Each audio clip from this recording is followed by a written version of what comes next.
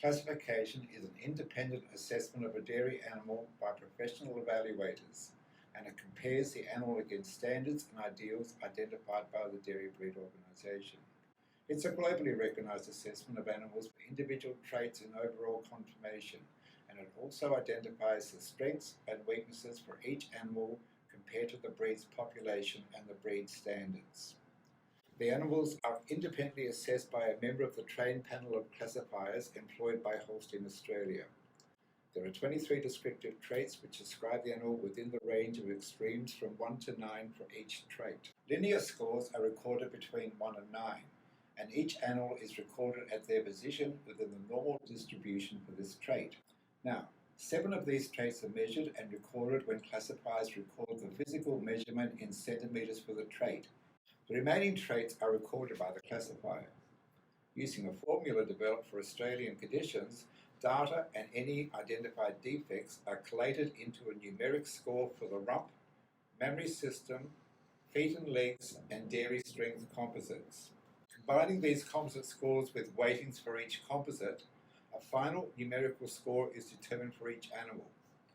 Animals may achieve similar final scores, yet show significant variations in their linear traits and/or composite scores. This is different to the showing of animals, as with showing, animals must be placed first to last. Now, it's important to appreciate the history of classification. It started in Australia in 1966. Major changes were made in 1982 when the linear classification system was introduced. It was modelled on the recently created Canadian system. Later, using handheld devices, classifiers were able to record data on farm to provide the information classification offers. There is vital information needed for classifying. Firstly, the animal must be identifiable, be lactating, and the owner must provide information such as date of birth, calving date, and number of calvings. Knowing the previous milking time allows animals to be scored regardless of whether the udder is empty, intermediate, or full. The formula used allows adjustments to be made for udder traits which are measured. Classifying provides several benefits to the breeder. When classification is used over an extended period of time, it adds valuable information to an animal's pedigree. Along with production, it is used for awards such as STP and Brood Cow Awards. A huge bonus is the report given at the end of the classification visit, as it includes a herd summary for each animal classified, plus an individual report containing all the data and scores for each animal classified. The 2 highest and lowest scoring traits are identified as part of the individual report, and this vital information can be used to assist decisions with breeding programs. Other benefits involve the use of classification data for producing bull ratings for AV companies. For this, unregistered animals can be scored so long as an identification, a date of birth, and calving date data are provided. Currently, classification data is also used for research, including the GINFO program conducted by DataGene. At this time, Holstein Australia produces services to the Aussie Reds, Ayrshire, Brown Swiss, Dexter, Guernsey and Illawarra cattle organisation, as well as dairy goat breeds. Each breed has its own classification committee which controls the ideals for each linear and trait and composite weightings used to create scores for animals of their breed. Regular workouts are conducted by Holstein Australia to ensure uniform standards are applied by the classifiers to provide consistent evaluations between classifiers. At these events, classifiers are provided with statistical summaries of their evaluations since the last workout to monitor and maintain these levels of consistency. Plus, the feedback we get from various breed organisations maintains this consistency. Now that we've looked at the various aspects of classification, let's see how it's done. When classifying cows, we look at 4 different areas. The first of these areas is the rump, and the rump contributes 10% to the overall score. When looking at the rump, we look at 4 different traits. We look at rump angle, pin width, loin strength, and Thurl placement. And I'm going to demonstrate how each of these traits is measured. The first of these is rump angle, where we are looking at the slope between the hip and the pin. So when we're measuring this, and we're doing this visually, we are actually imagining a line from the top of the hip, and we've got that level. So we are trying to measure what distance there is between the bottom of that rod and the top of the pin. And that measurement is recorded. For each trait, we have an ideal. For rump, the ideal is a score of 5 to 6, because every trait has a linear score 1 to 9. For rump angle, 5 and 6 is ideal. If we go lower, we get to 7s, 8s and 9s. If we go higher, we're going to go 4, 3, 2s and 1s. The further we are away from the ideal, the greater will be the penalty when the score for rump is calculated for that rump angle trait. For varying measurements, there will be the corresponding linear for each individual animal. This rump angle contributes 24% to the total rump score. The next trait that we assess is pin width. And when we're looking at pin width, we are looking at the width between the most posterior points of the pins. For this, we can actually do a direct measurement. Because this is a measured trait, I can get the measurement. I can add this to the handheld, and once again, it will come up with a corresponding linear which relates to this particular individual animal. The weighting for the pin width on rump score is 21%.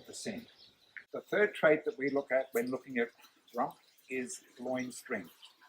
The loin is that part of the animal which runs in this region here, from behind the last rib to the level of the hip. For this loin, we like the loin to be as broad as possible. We also like the loin to be as high as possible. Here I have the 6 bones which make up the loin of a particular cow. You can see that these bones have large processes which stick out the side, and that's what we're seeing here when we're looking at the short ribs. You can also see there is quite a height between these short ribs and the top line, and that is reflected by the height of these processes on the vertebrae running down the animal's midline. Having seen the bone structure, it makes it much easier to appreciate what we're looking at here with the height, which we refer to as the bridge, and the width. We like there to be as much height and as much width as possible, because the more bone process we have, the more surface area of bone we have for muscles, tendons and ligaments to actually attach, and those structures keep this loin intact. When we look at the way the bones are actually arranged in the animal, we can see here we have the loin. In front of that, we've got the chest, the neck, the head, the legs. We've got a lot of weight. Behind the loin, we have the pelvis, we have the bones of the hind leg, and the bones of the tail. In this region of the barrel, we've got that filled with a large rumen full of food, water. There is a lot of weight dragging on that loin. Invariably, you find that cows which are aged and still very active, very productive, are those animals which have always had a strong loin. If that loin weakens, it will tend to dip. That affects the animal's comfort, it affects her walking ability, and it affects her profitability. Because this loin is so important for the animal's workability, we will find later on that loin strength also contributes 6% of the total of her dairy strength score, which we will consider later. When assessing the linear for the loin strength, it is something which is subjective. It is not measurable as rump angle and pin width work. So it is up to the classifier to assess the width, the bridging. We also like to make sure that we see the animal moving when this loin strength is assessed, because quite often an animal when standing looks quite strong there. But as soon as she moves, especially if there is a weakening of that loin, a concavity will appear, showing a weakness. And so the animal, both standing and walking, must be assessed to get the best linear of evaluation for that loin strength character. The loin strength 9 is ideal. So we want that loin to be as strong as possible. As it becomes weaker, we go down score for a very weak loin, we will get a linear 1. An animal with a very strong loin will have a straight top line both when standing and when walking.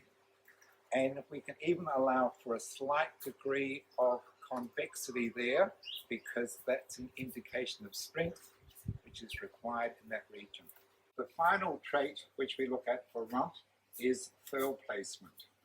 The thurl is that region between the hip and the pin, and if we look at the skeleton, if we look at the pelvis, we can see how we have the hip, we have the pin, and in this area we have the socket of the hip joint.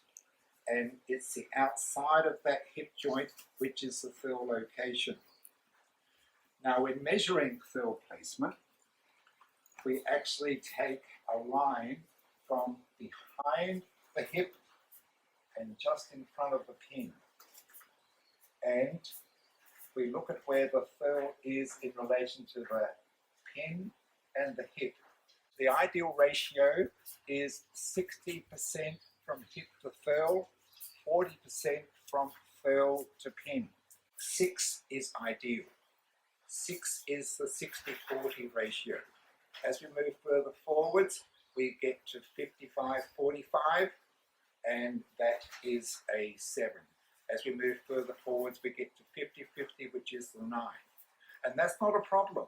And there is very little penalty for being away from the ideal. Because the thurl is the region of the hip joint, as the thurl moves backwards, which is most common, the significance of the thurl placement becomes important. We know that's where the hip joint starts, so if the hind leg is set onto the pelvic bone further back, it's going to affect the set of the leg, most likely. As we move backwards, we go 65-35, that would be a 5. As we go to 70-30, that would be a 4. So as we go back further, the linear will be less, and because there is more effect on the animal as the thurl is backwards, there is going to be a greater penalty. 60-40 is ideal. Thurl placement has a 24% weighting for rump score. When assessing rumps, there are a few defects which are regarded as undesirable. Those defects include advanced anus, advanced tail head, recessed tail head, high tail head, and right tail. Each of those defects can be slight or pronounced. If they are pronounced, the penalty for that defect is doubled. There are 9 traits for the mammary system. We had udder depth, udder texture, medial suspensory ligament, the fore udder attachment, front teat placement, rear udder height, rear udder width, rear teat placement, and teat length, which is measured on the rear teats only. And those traits contribute 40% of the animal's score. The first trait we assess for mammary system is udder depth. And for udder depth, we measure the distance from the lowest part of the floor of the udder to the point of the hock. The measurement will then be put into the handheld, which will give us the appropriate linear for that trait for that animal. For udder depth, 5 and 6 is the ideal. We don't want udders too deep, and we don't want them too shallow, lacking capacity. The next trait we consider for the mammary system is the texture of the udder. We like udders to be soft and pliable and collapsible. We like a cow to walk into the dairy with a full udder of milk, and we like her to walk out with everything drained and the udder completely collapsed. That's referred to as the texture of the udder, and it contributes 14% to the mammary score, a fairly highly weighted trait.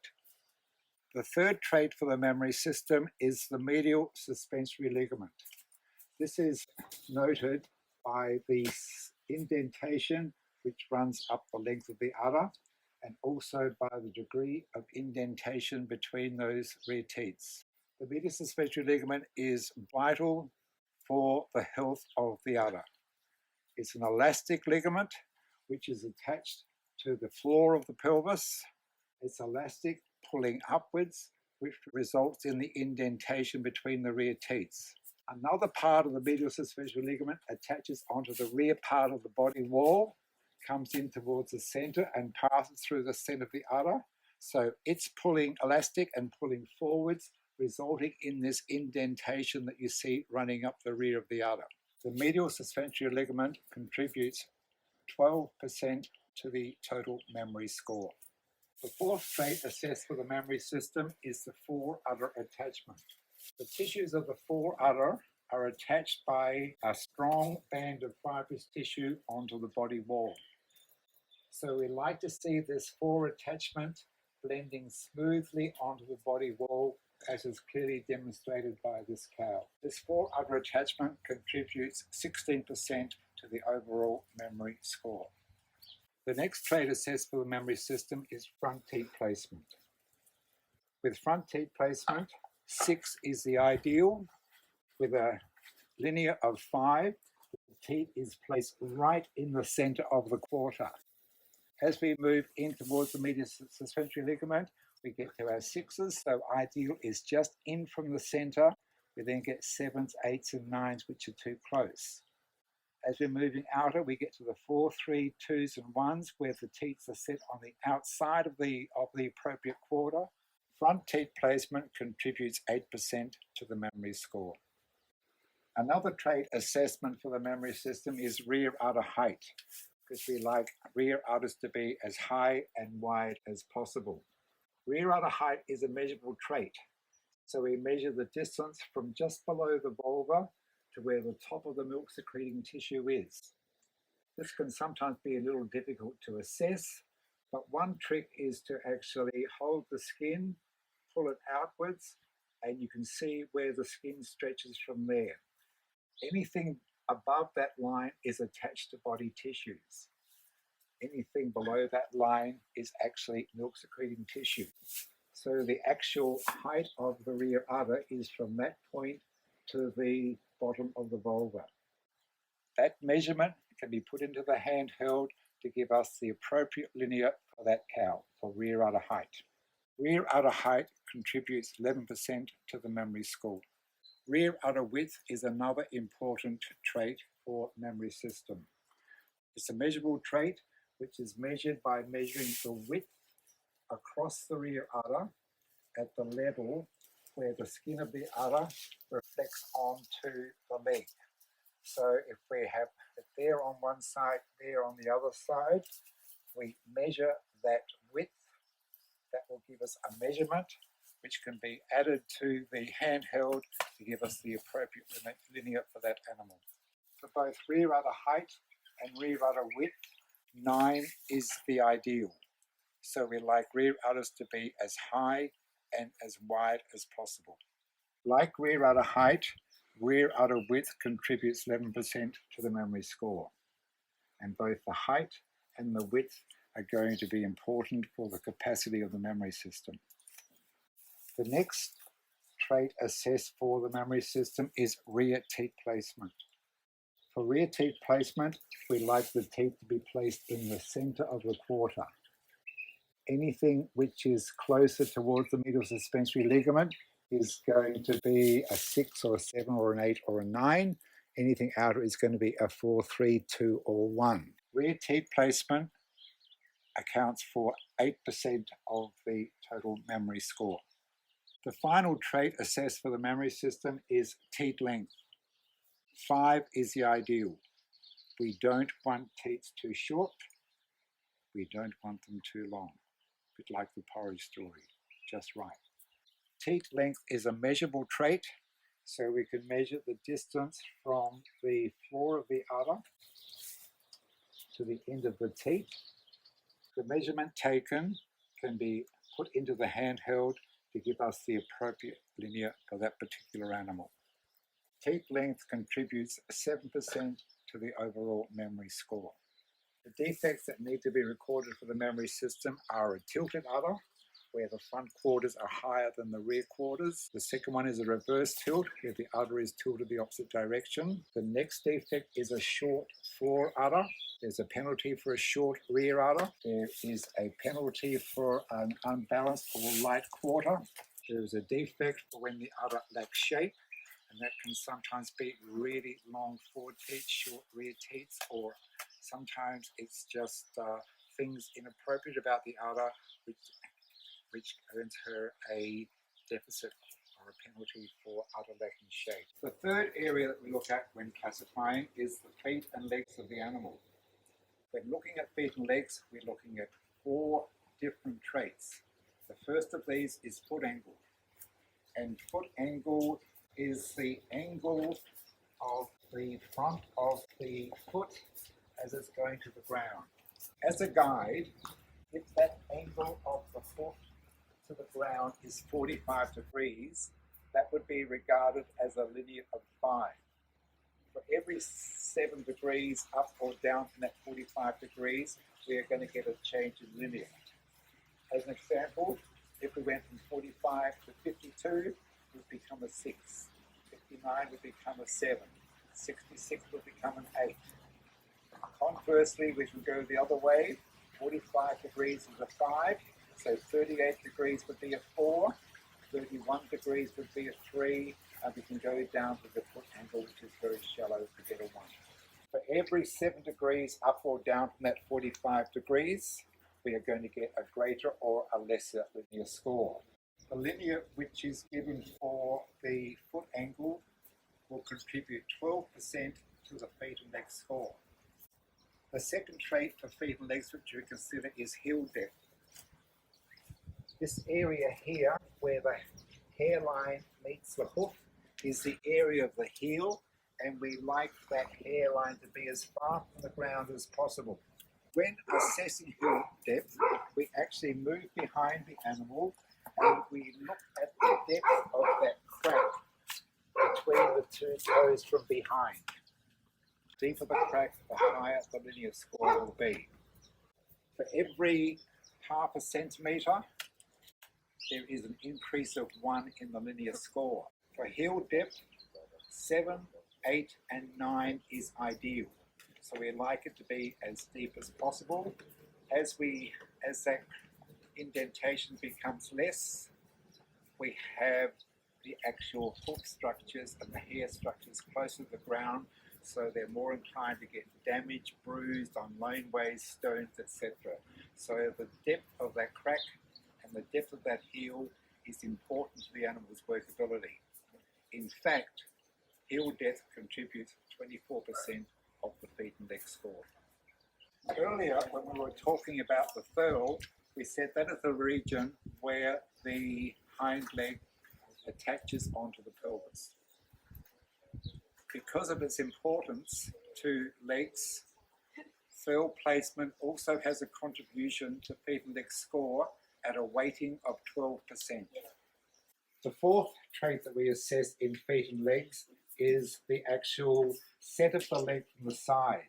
When assessing side view of the rear legs, we like to measure from the middle of the hoof through the middle of the hock and see where that comes out in relation to the pin. If the line comes out directly at the rear of the pin, that indicates an ideal leg set. If the line is behind the pin, that indicates that the legs are too curved, too sickled, or if the line comes in front of the rear of the pin, that indicates that the legs are too straight. For leg set from the side, 5 is the ideal. Anything 6, 7, 8 and 9 is going to be sickled, and as we increase the linear, we're increasing the severity. As we go 4, 3, 2, 1, the legs are becoming straighter. Once again, the lower the score, the greater the severity of that trait. This is a non-measurable trait, but it contributes 22% to the animal's feet and leg score. The last trait we consider in feet and legs is rear legs, rear view. For this, we get behind the animal and we see how truly the animal tracks. For this trait, 9 is the ideal. So we like the animals to walk with their legs parallel. As its feet moving outwards, we get to a lower linear. When assessing this trait, we like to see the animal standing and we like to see the animal moving. Feet and legs contribute 25% of the animal score. For feet and legs, there are several defects which will be recorded if they are noted. If they're slight, they will get a penalty, but if it is pronounced, there will be double the penalty. The defects which we have in feet and legs are abnormal claws, weak pasterns, boggy hocks, the animal can lack bone, the animal might be crampy, she might stand with her rear legs back, or she might actually toe out with her front legs.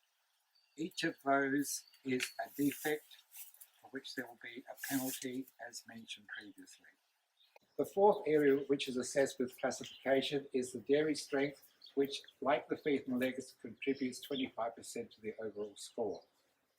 The first trait which we assess is stature, and for this we are seeing how tall the animal is.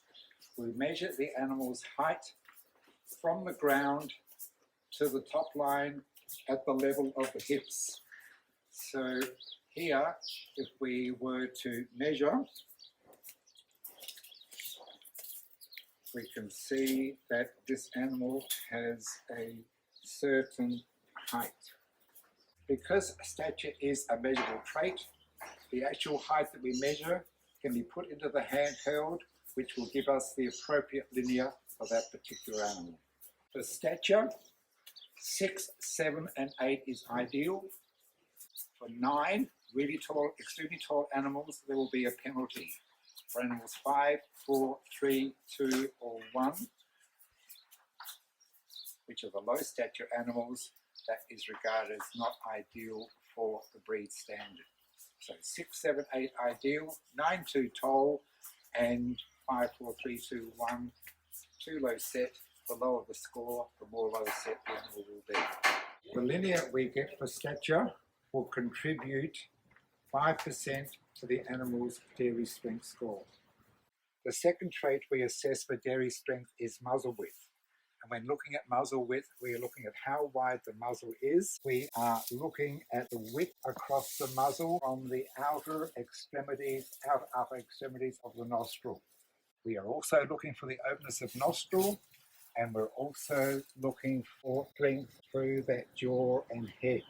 Muzzle contributes 12% to the animal's dairy strength score, and we like the muzzle to be as wide as possible, as open as possible. We might need a good head and muzzle, and that contributes 12% to the animal's dairy strength score. 9, extremely wide, is the ideal. The third trait for dairy strength is chest width. And for chest width, we are looking at the width between the front legs. So we look to where the skin from the brisket folds onto the foreleg. So we're looking at the width from one leg to the other. We'd like that to be reasonably wide. For chest width, 7 is an ideal. If they're 8 or 9, they are too wide and often tend to be a little more beefy in their characteristics, whereas if they are narrower and get a lesser linear, they are too narrow to be as functional as desirable. When assessing chest width, we also take into account the actual depth through this heart girth region. We also assess the curvature of the ribs in this area, because the more curvature, the wider that chest cavity will be, more room for heart and lungs. The chest is very important to the workability of a dairy cow, and consequently it contributes 22% to her dairy strength score. The fourth trait for dairy strength is body depth. So obviously with chest width and body depth, we are trying to get an appreciation of the capacity of the animal. For body depth, we look at the actual depth from the top line to the bottom of the barrel. But we also have another assessment whereby we can go from the point of the elbow a straight line coming through to the flank, and we see how much body depth is below that line. For body depth, the linear of 7 is desirable. Animals which are extremely or very deep, coatings 9s and 8s respectively, are too deep. Sometimes those very deep animals, especially in later life, can have reproductive problems. For animals which are not so deep, coatings 6, 5s, 4, 3s, 2, 1s, there is going to be a reduction in the animal's body capacity, which can affect feed take, room and fuel, and hence their productive ability. The final trait which is assessed in dairy strength is angularity. When assessing angularity, we are largely focusing on this area of the animal. We like this rib cage to have ribs which, especially the last rib, to be as angled as possible, angling in a direction down towards the mammary system. We also like these ribs to be as well sprung as possible, because the greater the spring, the greater the width of that chest, the greater the width of the top of the abdominal cavity, the greater the capacity, that's deemed as being very desirable. We also like the ribs to be open. When assessing openness, we are looking at the last 2 ribs, and we look at where they start, and as they pass downwards, we like the spacing between those last 2 ribs to expand, and this cow does that incredibly well. For angularity, 9 is desirable. We like dairy cows to be well sprung, well angled, very open in that ribbing. Other trait assessed for dairy strength is bone quality. And when assessing bone quality, we are looking at the flatness of the cannon bone of the rear leg. So the cannon bone runs from the hock down to the fetlock joint, so we're looking for flatness here. For bone quality, the ideal is 7. We don't want them so flat that they're flinty, but we don't want them rounded and coarse, because that's more associated with beef qualities rather than dairy qualities. Bone quality contributes 13% to the dairy strength score. As described or discussed earlier, loin strength also contributes to the dairy strength score, because we mentioned how that's very important in holding the animal together throughout its lifetime. Loin strength contributes 6% to the dairy strength score.